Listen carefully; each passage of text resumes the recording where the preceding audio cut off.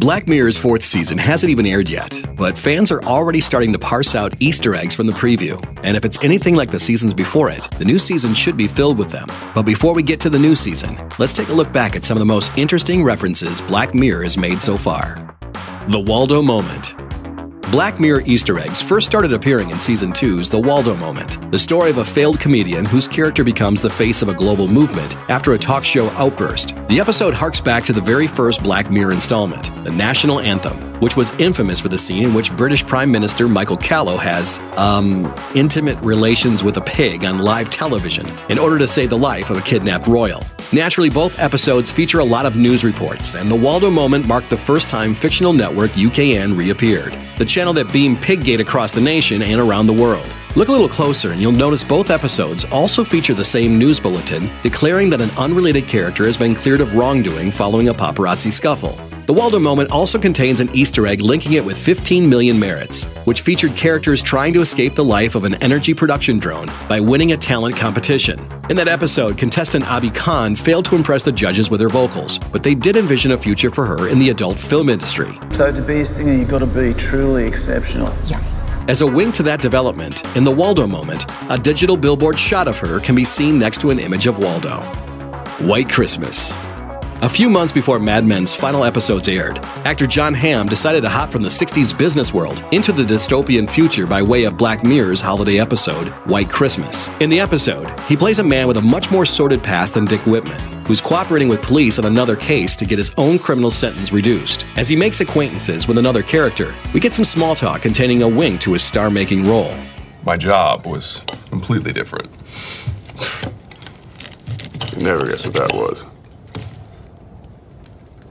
Marketing? And that wasn't the only interesting reference of the episode. The other character flips past an advertisement for the 15 Million Merits program, Hot Shots, and there's a karaoke scene that features the same song that Abi performed in the talent show. Meanwhile, one of Hamm's online cohorts goes by the screen name Pie Ape, which was that episode's slang for a fat person, and another is named Waldo.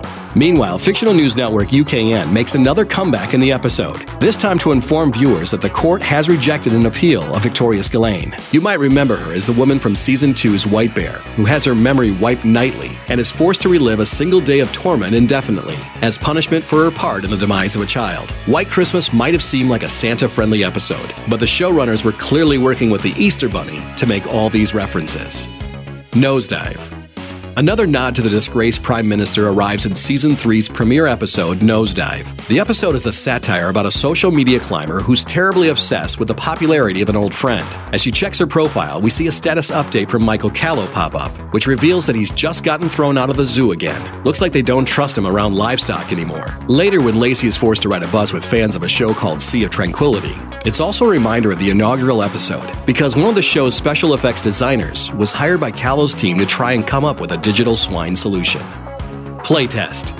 Season 3's Playtest centers on an American backpacker who takes part in a test run of a new virtual reality horror game at a site just outside of London. Cooper is given the inside track on the gaming company by British hookup Sonia, who's played by an actress from 15 Million Merits. Later, the same symbol that appears on the mask of the armed hunter throughout White Bear can be seen on one of the discs that later turned to gopher holes as part of the whack-a-mole style warm-up game. Sonia also shows him a copy of Edge magazine with the gaming company's founder, Shu Saito, on the cover. Easter egg hunters were quick to point out the block of text located in the bottom corner of the page that advertises an article about Granular, the company behind the AIBs that run amok in the Season 3 finale, Hated in the Nation. Meanwhile, the words at the top of the page refer to the virtual consciousness company, TCKR. Shut Up and Dance.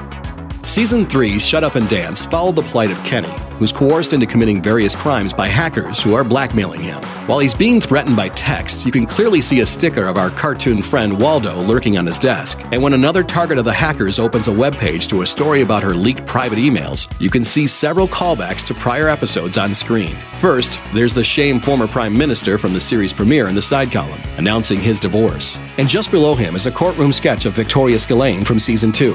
Above that, there's also an ad for One Smart Cookie and the kitchen tech of tomorrow, Tomorrow is a clear callback to the White Christmas special, where computer-generated versions of people are created to serve their hosts every need. And above that, there's a mention of the talent competition from 15 Million Merits. Last but not least, there's also a familiar bank logo in the episode. The bank Kenny robs appears to be a branch of the same company that failed to dispense Cooper's flight money in playtest. Perhaps more interestingly, the logo also greatly resembles the one that appears on the military uniforms and equipment in Men Against Fire, which is a pretty deep piece of commentary on the profitability of war. Hated in the Nation.